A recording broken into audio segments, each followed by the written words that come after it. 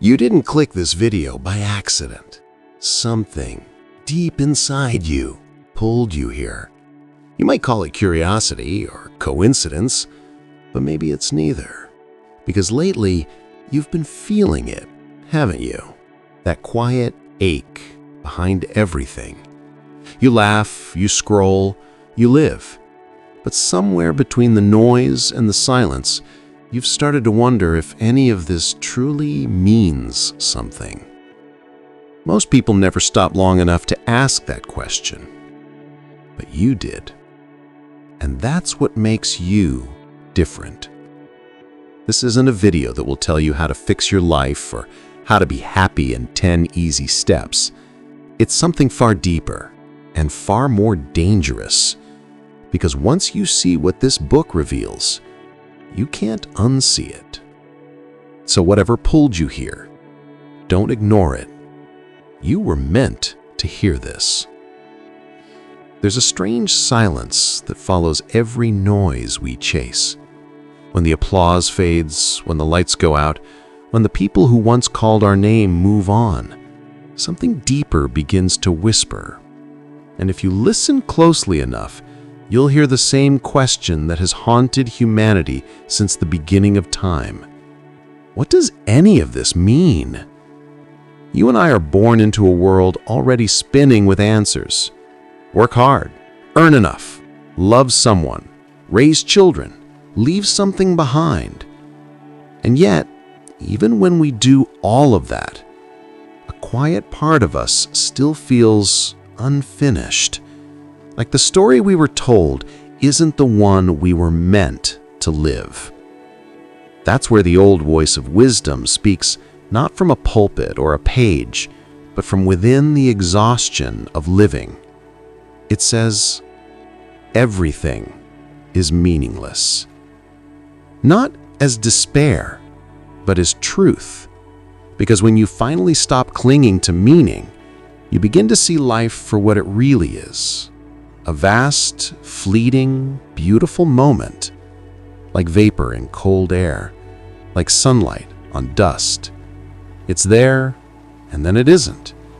And somehow knowing that makes everything more sacred. We spend our lives reaching for permanence in a world built on impermanence. We promise forever to people who will someday forget our faces. We write songs, build cities, start wars, and call it purpose. But if you step back far enough, if you look at the timeline of existence, you'll see how absurdly short our part really is. And yet absurd doesn't mean pointless. It means free. The writer of Ecclesiastes understood that freedom. He wasn't hopeless. He was honest. He looked at everything the world calls success, wisdom, pleasure, power, wealth, and saw how it all dissolves in the same dust. And instead of drowning in despair, he smiled at the futility of it all. Because the truth, once accepted, no longer hurts. It liberates. Imagine carrying a glass of water through a storm, terrified of spilling it, until you realize the rain itself is endless. That's what awareness feels like. The moment you stop guarding your existence, you start living it. You stop trying to build eternity out of fragile things. You start breathing again, really breathing, without reason or reward. We were taught to find meaning in achievement. But maybe meaning hides in the space between achievements, in the quiet seconds when nothing seems to happen. Maybe the point isn't to win, but to witness, to stand beneath the sky and say, I am here, and let that be enough. Because the universe doesn't owe us significance. It offers us something far better: presence. The man who feels everything is meaningless is not broken. He's awake. He's the one who has stopped fighting the tide and started listening to its rhythm. He walks slower, speaks softer, and sees beauty in the ordinary because he's no longer trying to force it to last forever. He knows that the cup of coffee, the conversation, the sunset, they're all brief visitors. And that's exactly why they matter. Meaning isn't something we find, it's something we give. When you look around long enough, you realize that every generation repeats the same story in different clothes. The tools change, the gods change, but the hunger stays. We're all trying to fill the same hollow space, the longing to matter. And the cruel joke is that space was never meant to be filled. It's meant to stay open, to let life flow through. If you spend your days chasing the next big thing, you'll miss the gentle miracle of what already is. The warmth of sunlight on your face, the smell of rain on old ground, the laughter that arrives without warning. None of these moments scream meaning, but they carry it quietly, humbly. They are life's way of saying, "You are enough, even now." When you strip life down to its bones, you find that most of what we fear losing was never truly ours. People leave, bodies age, dreams fade, even memories blur at the edges. And still the heart keeps beating, not because it knows why, but because it simply can't stop.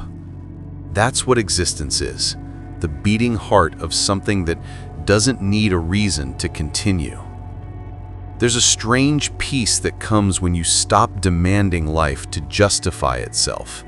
When you stop expecting tomorrow to fix today, you begin to see that joy isn't the opposite of sorrow. It's woven into it. Every beautiful thing carries a trace of loss. Every goodbye holds a promise of return. Every ending is already a beginning in disguise. The wise ones don't run from that truth. They live in it, gracefully, courageously, quietly. Maybe that's what faith really means, not believing in something unseen, but learning to love what is seen, knowing it won't last. Faith is not an escape from meaninglessness. It's the art of dancing with it. It's the smile that says, "I understand this will end, and still I choose to care." Because caring, even in a fleeting world, is a rebellion against indifference. We're all just travelers through moments. Some of us try to own them, others learn to touch them lightly. And those who learn to touch lightly, they live lighter too. They laugh easily, forgive quickly, and carry fewer regrets. Because they know nothing belongs to them, not even the self they call I. The writer of Ecclesiastes said, "There's nothing new under the sun." And maybe he was right, but there's always something new within us. Every time you breathe, you remake the world. Every time you forgive, you rewrite history. Every time you love, you prove that meaninglessness doesn't win. That's the secret. It never did. To see that everything is meaningless isn't to lose hope. It's to see beyond illusion. It's to wake from the dream that told you life had to make sense to be beautiful. It's realizing that beauty doesn't ask permission. It just happens. It lives in chaos, in laughter, in heartbreak, in silence. It lives where logic ends and wonder begins. You can spend a lifetime searching for meaning, or you can let meaning find you. In the eyes of someone who listens without judgment, in the weight of your own breath after crying, in the quiet moment before dawn when the world forgets to speak. That's where the truth hides, in the pause between everything we try to define. So if life feels meaningless to you right now, maybe you're closer to freedom than you think. Because the ones who stop pretending they know the answer are finally ready to live the question. To walk without needing a destination, to love without needing a guarantee, to exist without needing applause. The universe is not asking you to understand it. It's inviting you to experience it, to fall into the rhythm of its mystery, to lose yourself and find yourself again in the same breath. That's not despair. That's awakening. Some people will tell you to fill the emptiness. But emptiness isn't something to fix, it's something to feel. It's the open space where new meaning is born. It's the silent invitation for creation to happen. Without emptiness, there would be no music, no art, no love, no you. So let the emptiness stay. Let it breathe. Let it echo. Because that echo is the sound of existence reminding you, you're still here. And if all of this truly is meaningless, then that's the most beautiful meaning of all, because it means everything you do, every word, every act of kindness, every piece of art is an act of defiance against the void. You get to choose what your meaning is. You get to create it, not because it will last forever, but because it's yours, right now. And maybe that's enough. Maybe that's all it ever needed to be. So live, not to be remembered, not to prove something, not to win against time, but to feel what it means to be here, breathing in the middle of an infinite universe that never asks you to explain yourself. Smile at the absurdity, cry at its beauty, hold both without letting go of either, because that's life, vapor, dust, miracle, nothing, everything. And when the end finally comes and you look back on the brief light you were given, you'll see that meaning was never hiding in the future or the past. It was always here, in the very act of wondering, in the quiet courage of being, in the whisper that says, even now, even in the silence, this moment matters.